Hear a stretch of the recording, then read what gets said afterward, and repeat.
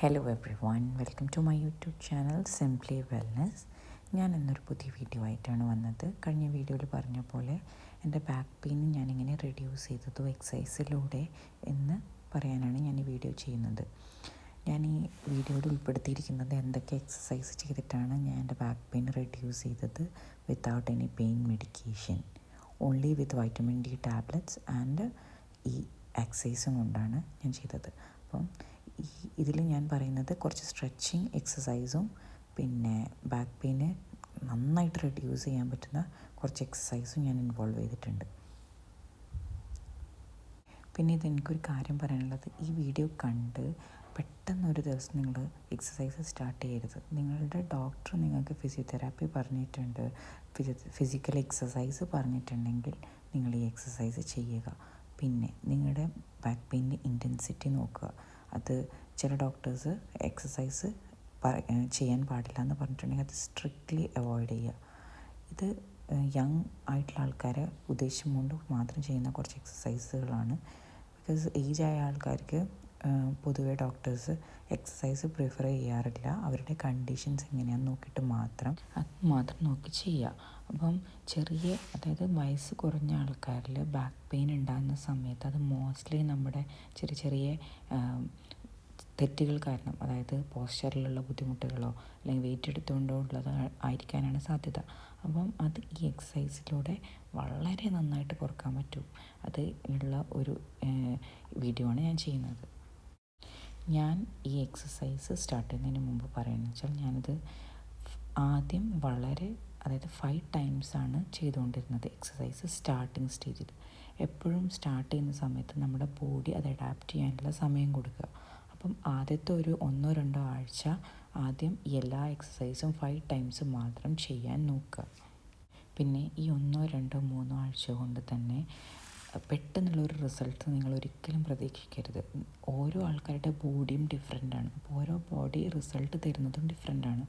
എൻ്റെ ബോഡി, എൻ്റെ പെൽവിക് മസിൽസും എല്ലാം ഒന്ന് സ്ട്രോങ് ആയി വരാൻ ഏകദേശം ഒരു 9 months എടുത്തു. അപ്പോൾ ഇതിനുള്ള കീ എന്ന് പറയുന്നത് പേഷ്യൻസാണ്. ക്ഷമ വേണം ഇതിന്. ആദ്യം ചെയ്യുമ്പോൾ നല്ല ബുദ്ധിമുട്ടുണ്ടാവും, പക്ഷേ ബുദ്ധിമുട്ടുണ്ടാകുന്ന സമയത്താണെങ്കിലും നമുക്കത് ലേറ്റർ നല്ലൊരു റിസൾട്ട് കിട്ടുന്നുണ്ടെങ്കിൽ നമ്മളിത് ചെയ്തേ പറ്റുള്ളൂ. അപ്പോൾ നമ്മുടെ ടൈമിൽ നിന്ന് ഒരു 24 hours ഒരു അരമണിക്കൂർ എടുത്തു കഴിഞ്ഞാൽ നല്ല മാറ്റം വരും. പിന്നെ ഞാൻ ചെയ്തത് ഡെയിലി 2 ആണ്, അതായത് രാവിലെയും രാത്രിയും. രാവിലെ എണീച്ച് ചായയൊക്കെ കുടിച്ചിട്ട് ചെയ്യും, പിന്നെ രാത്രിയും ചെയ്യരുത്. അപ്പോൾ ഈ 5 പ്രാവശ്യം ചെയ്യാമെന്നൊക്കെ പറയുന്നത് വളരെ ഒരു ചെറിയൊരു ടൈമേ എടുക്കുകയുള്ളൂ. പക്ഷെ അത് ലേറ്റർ ഓൺ നമ്മൾ ഇൻക്രീസ് ചെയ്ത് കൊണ്ടുവരണം. 2 weeks കഴിഞ്ഞാൽ അത് 5 എന്നുള്ളത് 10 ആക്കണം, അടുത്ത വീക്ക് 10 എന്നുള്ളത് 15 ആക്കണം. അപ്പോൾ അങ്ങനെ കൂട്ടി കൊണ്ടുവന്ന് ഒരു 40 വരെ ചെയ്യാൻ നിങ്ങൾ ശ്രമിക്കുക. അപ്പോഴത്തേക്ക് നിങ്ങളുടെ ബോഡിക്ക് പല മാറ്റങ്ങളും നിങ്ങൾ കാണും. അത് ഞാൻ എൻ്റെ അനുഭവത്തിൽ നിന്ന് പറയുന്നതാണ്. അപ്പം ക്ഷമയോടുകൂടി ഈ എക്സസൈസൊക്കെ ചെയ്യാൻ നോക്കുക. പിന്നെ നിങ്ങൾക്ക് എന്തെങ്കിലും ബുദ്ധിമുട്ട് അനുഭവപ്പെടുന്നുണ്ടെങ്കിൽ, വേദനയൊക്കെ അനുഭവപ്പെടുന്നുണ്ടെങ്കിൽ ലൈറ്റ് ഒരു ചൂടുവെള്ളത്തിൽ കുറച്ച് ഉപ്പിട്ടിട്ട് ചൂടുവെള്ളത്തിൽ ചൂട് പിടിക്കുക, അല്ലെങ്കിൽ ഒരു ഹോട്ട് ബാഗൊക്കെ പിടിച്ച് കുറച്ച് ഓയിൻമെൻറ്റൊക്കെ തേക്കുക. നിർത്താൻ പരമാവധി ശ്രമിക്കാതിരിക്കുക. കാരണം നിങ്ങളുടെ ബോഡി അത് അഡാപ്റ്റ് ചെയ്ത് വന്ന് മസിൽസൊക്കെ സ്ട്രോങ് ആകുന്ന സമയത്ത് നിങ്ങൾക്ക് നല്ല മാറ്റം വരും. അത് യങ് ആയിട്ടുള്ള ആൾക്കാരിൽ നല്ല മാറ്റം വരും. ഇതിൽ ഫസ്റ്റ് എക്സസൈസാണ് ബ്രിഡ്ജ് പൊസിഷൻ എന്ന് പറയുന്നത്. നിങ്ങൾക്ക് ഈ ചിത്രത്തിൽ കാണുന്നത് പോലെ ആദ്യം നമ്മൾ മുട്ടുമടക്കി കിടന്നതിന് ശേഷം നമ്മുടെ അരഭാഗം പൊന്തിച്ചിട്ട് ടൈറ്റായിട്ട് നമ്മളെ മസിൽസ് ടൈറ്റ് ആവുന്നത് നമുക്കറിയണം. നമ്മുടെ ബട്ടക് മസിൽസ് അത് ടൈറ്റായിട്ട് പിടിച്ചിട്ട് ഒരു 1 2 3 4 5 വരെ എണ്ണുക. എന്നിട്ട് വീണ്ടും പഴയ പൊസിഷനിലേക്ക് വരിക. വീണ്ടും ഇതേപോലെ ബ്രിഡ്ജ് പൊസിഷനാക്കുക, 5 എണ്ണുക. അങ്ങനെ 5 പ്രാവശ്യം ചെയ്യുക. അതാണ് ഫസ്റ്റ് എക്സസൈസ് വരുന്നത്. നമ്മളത് ചെയ്യുമ്പം പരമാവധി നല്ല രീതിയിൽ ചെയ്യാൻ നോക്കുക. കൈ താഴെ വെച്ച് ഗ്ലൂട്ട് മസിൽസ് ടൈറ്റാക്കുക. ബാക്ക് പെയിൻ ഉണ്ടാകുന്ന സമയത്ത് നമുക്ക് ഭയങ്കരമായിട്ട് പെയിൻ തോന്നുന്നൊരു എക്സസൈസാണിത്. കാരണം ഗ്ലൂട്ട് മസിൽസ് ടൈറ്റ് ചെയ്യുന്ന സമയത്ത് നമുക്ക് നടു പെയിനും എടുക്കാൻ സാധ്യതയുണ്ട്. പക്ഷേ ഇത് നല്ല മാറ്റം വരും. അപ്പം ഈ ബ്രിഡ്ജ് പൊസിഷൻ ആദ്യം 5 തുടങ്ങി, പിന്നെ 10 15 അങ്ങനെ ഇൻക്രീസ് ചെയ്ത് കൊണ്ടുപോവുക. നെക്സ്റ്റ് എക്സസൈസാണ് ലെഗ് റേസ്. അതായത് നമ്മൾ കിടന്നുകൊണ്ട് ഒരു കാല് മുട്ട് മടക്കി വെക്കുക, മറ്റേത് ഒരു 40 to 40 ഡിഗ്രിയിൽ കാല് പൊന്തിക്കുക. അങ്ങനെ പൊന്തിച്ച് വെച്ചതിന് ശേഷം 1 2 3 4 5 എണ്ണുക. എന്നിട്ട് താഴ്ത്തി നെക്സ്റ്റ് കാല് ഇതേപോലെ പൊന്തിക്കുക. അങ്ങനെ ഈച്ച് ലെഗ് 5 പ്രാവശ്യം ചെയ്യാം. അത് ശ്രദ്ധിക്കേണ്ട കാര്യം, നമ്മൾ എന്ത് എക്സസൈസ് ചെയ്യുമ്പോൾ ഒരു 5 സെക്കൻഡ്സ് ഹോൾഡ് ചെയ്ത് പിടിക്കണം. അപ്പോൾ അത് ഈച്ച് ലെഗ് മാറി മാറി ചെയ്യാം. അതാണ് നെക്സ്റ്റ് എക്സസൈസ്. ഈ എക്സസൈസിൻ്റെ ഒരുപാട് വേരിയേഷൻസ് ഉണ്ട്. അതായത് 90 ഡിഗ്രി പൊന്തിക്കുന്നതുണ്ട്, 60 ഡിഗ്രി കാല് പൊന്തിക്കുന്നതുണ്ട്. ഞാൻ 60 ഡിഗ്രിയാണ് ചെയ്തുകൊണ്ടിരുന്നത്. പക്ഷേ എനിക്ക് തോന്നുന്ന ഒരു ബിഗിനർ എന്നുള്ള രീതിയിൽ 40 ഡിഗ്രിയാണ് ഏറ്റവും നല്ലത്. പിന്നെ 2 കാല് ഒരുമിച്ച് പൊന്തിക്കുന്നതും ഉണ്ട്. അത് ബട്ടക്സിൽ കൈവച്ചാൽ കുറച്ചും കൂടി സപ്പോർട്ട് കിട്ടും. പക്ഷേ അതും കുറച്ചും കൂടി നമുക്ക് വേദന എടുക്കുന്ന ഒരു കാര്യമാണ്. അപ്പോൾ ഞാനെപ്പോഴും ബിഗിനർ എന്നുള്ള രീതിയിൽ ഈ ഒരു എക്സസൈസാണ് റെക്കമെൻഡ് ചെയ്യുന്നത്. ലെഗ് റേസിൽ ഈ ഒരു എക്സസൈസാണ് റെക്കമെൻഡ് ചെയ്യുന്നത്. നിങ്ങൾക്ക് വേണമെങ്കിൽ സൈഡ് തിരിഞ്ഞ് ഒരു കാല് സൈഡ് ലെഗ് റേസും ചെയ്യാം കേട്ടോ. അതും നല്ല ബെനിഫിഷ്യലാണ്. നെക്സ്റ്റാണ് ചെസ്റ്റ് പ്രസ് എന്ന് പറയുന്ന എക്സസൈസ്. ഈ ചെസ്റ്റ് പ്രസ് ചെയ്യുന്ന സമയത്ത്, അതായത് നമ്മൾ കിടന്ന് ഒരു കാല് മടക്കി നമ്മുടെ നെഞ്ചിലോട്ട് അമർത്തി പിടിക്കണം. അതായത് നമ്മുടെ കൈ നമ്മുടെ മുട്ടിൻ്റെ അടിയിലായിരിക്കണം കൈ പിടിക്കേണ്ടത്. അത് പ്രസ് ചെയ്യുന്ന സമയത്ത് നമുക്ക് ശരിക്കും ഒരു സ്ട്രെച്ചിങ് ഫീലിംഗ് ഉണ്ടാവും. നടുവേദനൻ്റെ ഭാഗത്ത് അല്ലെങ്കിൽ നടുവിൻ്റെ ഭാഗത്ത് ഒരു സ്ട്രെച്ചിങ് ഫീലുണ്ട്. ഈ സ്ട്രെച്ച് ചെയ്യുന്ന സമയത്ത് നമ്മുടെ മസിൽസ് കുറച്ചും കൂടി സ്ട്രെച്ചായി നമുക്ക് വേദന കുറയും. ഇത് നേരത്തെ പറഞ്ഞ എക്സസൈസ് പോലെ നമ്മൾ കാല് പ്രസ് ചെയ്ത് നെഞ്ചിൻ്റെ ഭാഗത്തേക്ക് വന്ന് പ്രസ് ചെയ്തിട്ട് ഒരു 5 സെക്കൻഡ് ഹോൾഡ് ചെയ്യുക. തിരിച്ച് നെക്സ്റ്റ് കാലും ഇതേപോലെ ചെയ്യുക. അങ്ങനെ ഈച്ച് ലെഗ് 5 തവണ ചെയ്യുക. ഇത് 10 ആക്കാം, പിന്നെ 15 ആക്കിയിട്ട് ഒരു 40 വരെ നമുക്ക് ചെയ്യാൻ പറ്റും. ഇത് ഭയങ്കര ബെനിഫിഷ്യലായിട്ടുള്ള ഒരു എക്സസൈസാണ്. സ്ട്രെച്ചിങ് എക്സസൈസാണ്. കാരണം നമ്മുടെ പെൽവിക്കും ഗ്ലൂട്ട് മസിൽസൊക്കെ നന്നായി സ്ട്രെച്ച് ചെയ്തിട്ട് അവിടുത്തെ ഒരു വേദനയോ അല്ലെങ്കിൽ സ്പാസമൊക്കെ ഒഴിവാക്കി തരുന്ന ഒരു തരം എക്സസൈസാണ്. ഇത് ചെയ്താൽ ഒരുപാട് ബെനിഫിറ്റ്സും ഉണ്ട്. നിങ്ങളുടെ പെൽവിക് ഫ്ലോർ മസിൽസൊക്കെ നന്നായിട്ട് സ്ട്രോങ് ആവും.